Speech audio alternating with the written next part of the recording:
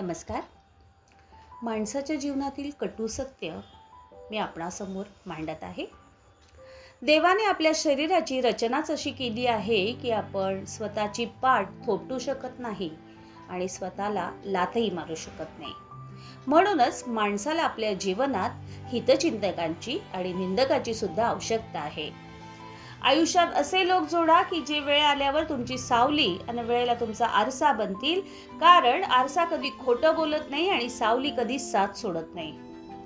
पूजा करायच्या आधी विश्वास ठेवायला शिका, बोलायच्या आधी ऐकायला शिका, खर्च करण्याआधी कमवायला शिका, लिहिण्याआधी विचार करायला शिका, हार मानण्याआधी प्रयत्न करायला शिका आणि मरण्याच्या आधी जगायला शिका.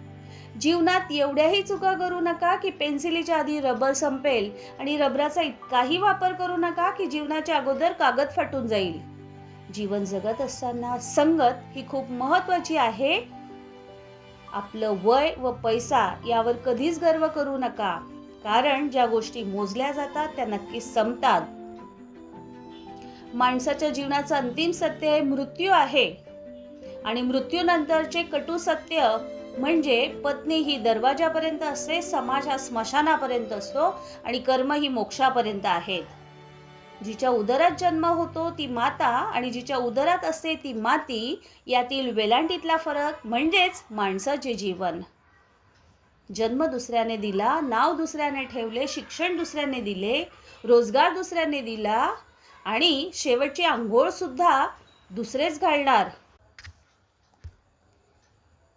स्मशानभूमीत दुसरेच घेऊन जाणार, तरी देखील संपूर्ण आयुष्यभर माणसाला कोणत्या गोष्टीचा गर्व आहे हे सांगणे मात्र कठीणच आहे. दुःख इतकं नशीबवान आहे की ज्याला प्राप्त करून लोक आपल्या माणसांना आठवतात. धन इतकं दुर्दैवी आहे की ज्याला मिळवून लोक आपल्या माणसांना विसरतात. विचित्र आहे पण सत्य आहे. माणसाच्या शरीरात 70% पाणी आहे, पण जखम झाली की रक्त येतं आणि माणसाचे हृदय रक्ताचे बनलेले असून हृदय दुखावलं की डोळ्यातून पाणी येतं. म्हणून कशाचाही गर्व न करता आयुष्य जगायला शिका, आयुष्य जगायला शिका. धन्यवाद.